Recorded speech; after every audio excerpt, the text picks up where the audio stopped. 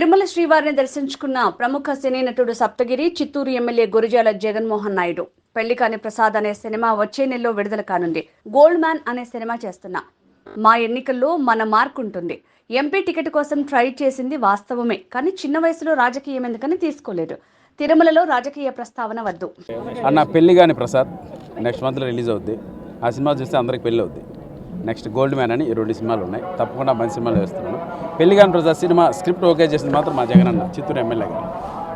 Thank you అన్నా. అవును, డెఫినెట్గా అన్న. అన్నింటిలో మన ముద్ర ఉంటుంది మా ఎలక్షన్లో కూడా.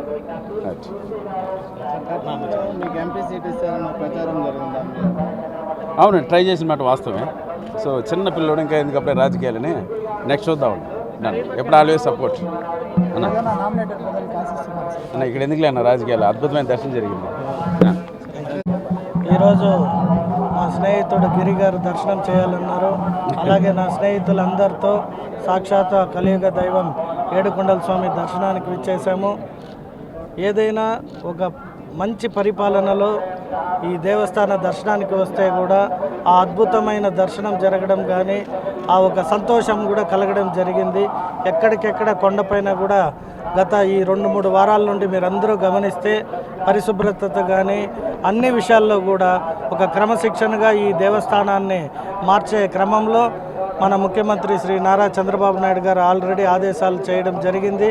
తిరుమలని ప్రక్షాళన చేస్తానన్న విధంగా మంచి అధికారుల్ని నియమించారు.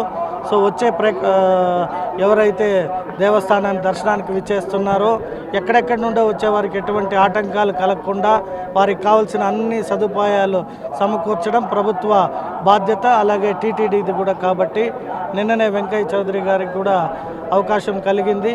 సో అందరూ అధికారులు ఈ దేవస్థానాన్ని ఇంకా ఉన్నత స్థానానికి తీసుకుపోతారని భావిస్తూ సెలవు తీసుకుంటాం. Thank you.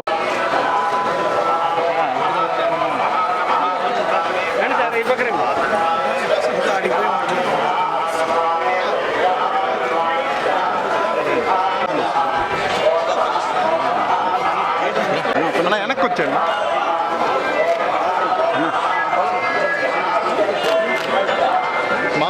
నడుచుకుంటారండి. నాకు కావాలి.